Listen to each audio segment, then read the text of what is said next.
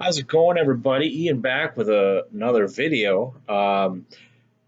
This is going to be kind of a library haul because the libraries down here, or at least the Phoenix Public Library, the other libraries around, the other cities around here have opened up already, but Phoenix Public Libraries have finally opened up to in service library. They were doing curbside stuff, but now I could actually go into the library and browse. Which this is the library up the street from me. This is the first time I've been able to go in there since moving here. So I went in there and picked up a few books because hell yeah. But first, let's get to what I'm going to show this one really fast because I'm reading it on my phone when I have some downtime.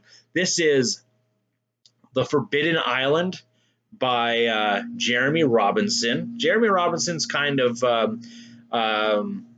like a Clive Cussler, Matthew Riley kind of light, which is not a slight to him. Jeremy Robinson is pretty dang good. He's got the Second World book is one of my favorite alternate history timeline books. If you're looking for that kind of a thing,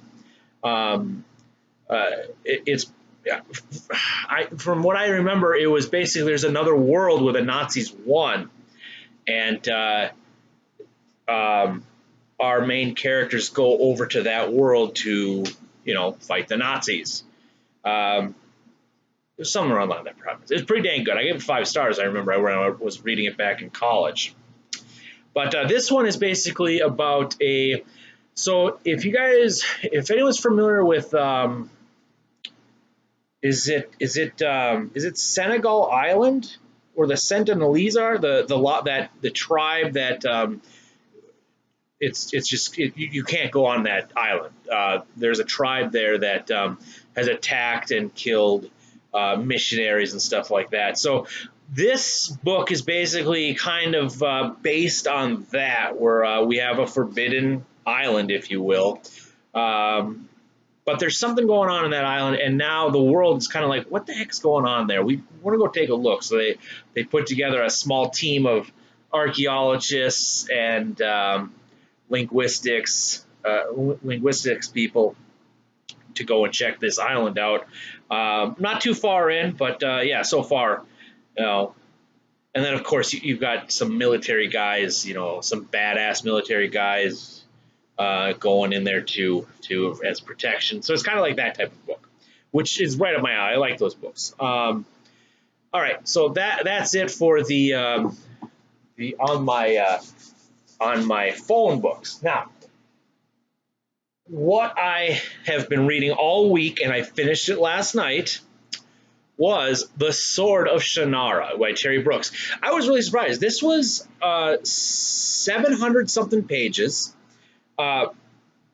700 pages, and I started on Thursday. It's a very fast read. It's pretty easy. It's not a complicated plot, and maybe that's why I did not enjoy it. It's a very cozy. Like I said, maybe that's why it was just really easy to read. Very good for beginner fantasy start, I guess. This opens up a huge. I think it's like 33 books or something like that. And I think it just got done in like 2019, maybe, that he wrote the last book. But it would like. I guess I expected more. But I don't know. I don't want to trash it, but I didn't really care for it, I guess. I didn't. The characters were pretty cookie cutter, in my opinion. Maybe I apparently that's why you need to read those other books because it explores the world more. But I don't know if I will continue. I have the other two here. I've got the finish the trilogy here out of the first trilogy, I guess. But I'm not sure if I'm going to continue it. Yeah, I don't know if I'm going to let it simmer a little bit.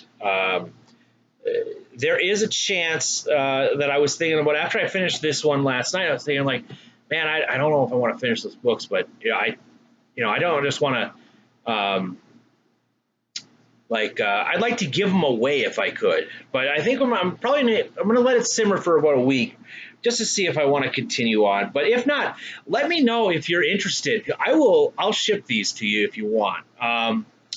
Granted, it has to be in the United States because I think to ship them out of country is expensive. But let me know if anyone's interested. I'm going to let it simmer a little bit for about a week. Just to see if sometimes books just have to sit for a second before I'm like, all right, you know what, I will continue on. But yeah, I guess that's enough of that. But yeah, let me know. These two are brand new. This one, like I said, I have read, so it's got some creases in it. But let me know. But yeah, I'll probably get back to that next week to do something with it. Let it sit for now. I'm talking too much about this book. All right. I have started Pandora's Star by Peter F. Hamilton. I am almost 100 pages in. It's very scientific right here, sci-fi. I mean, which isn't really my cup of tea. I'm new to the science fiction, so I'd like to get more into it. But I'm making my way through this one. All right, now on to the library haul. So first one I just picked up and read the back cover, and I didn't even know about this book. It looks brand new, yeah, I just went in there and picked this one. Oh, it's 2018. And read the back cover and decided to pick it up. This is Grant Price's By the Feet of Men. This basically is about, it's post-apocalyptic kind of. We're just on the other side of the apocalypse with this one. Group of truck drivers they specialize in running shipments from one settlement to the next. So, of course, then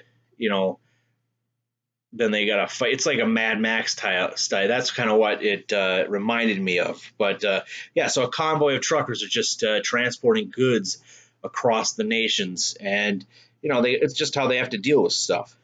So it's pretty short, almost about 300 pages. So we'll see when I can get to that. All right, now the next ones I have had my eye on for a while. This is The Blackhawks by David Ragg. God, all these books look just spectacular, barely read. So hopefully I don't. This one's spine hasn't even been cracked yet. I'm gonna try not to. But yeah, Blackhawks. This one is brand new. I put this on order at the library a couple months ago when I first saw it at the Barnes & Noble, and the libraries didn't have it. So I put a request in to see if they could get it for me. They did.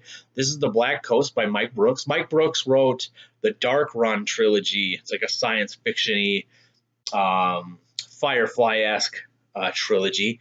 But this is his first journey into fantasy. So this is The Black Coast. And I'm not really sure what this one, let's see here. It's kind of like, almost dropped it. Basically, these two nations, from what I can tell, are at war, and there's an ocean in between them. And the war's been going on, and then it just kind of,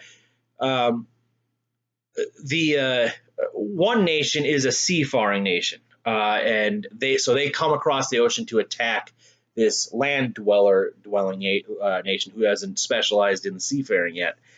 And all of a sudden, the seafaring, they stop coming over, and so they think the land guys, they all think that the war is, oh shit, they're not here anymore, they're not coming, and all of a sudden a huge drove of ships are starting to come over, and so they're ready for a fight. The land people are ready for a fight. Seafaring people come like, no, you don't understand, something else is coming. something is really bad up there. It's coming this way. So we need to put our shit aside because we got some major badasses coming our way. They force us from our land onto your land. That sounds effing spectacular. It kind of reminded me of Game of Thrones fans, if you will, when the North is fighting the White Walkers and the South guys, they have no idea what's coming. And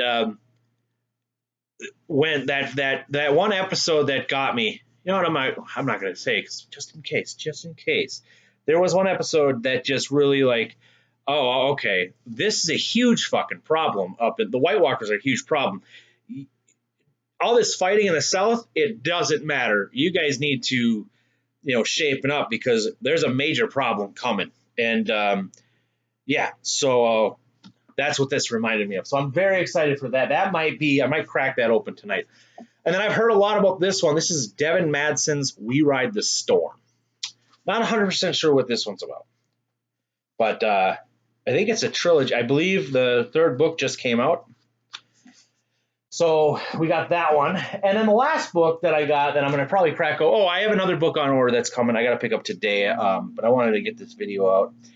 It's called Goblin by Josh Malerman. Josh Malerman wrote Bird Box, which I didn't like. I didn't like Bird Box. The movie sucked too. But I want to give him another shot. Goblin it had a very Stephen King vibe. Goblin is a very interesting way he wrote it. It is basically 6 novellas, but connected in an overarching book. They all are connected in some way. It's about, from what I can tell, it's just this town called Goblin, and Stephen King like shit happens. So I've got that tonight coming. And then I picked up this one. I was listening to a podcast, and it seemed interesting.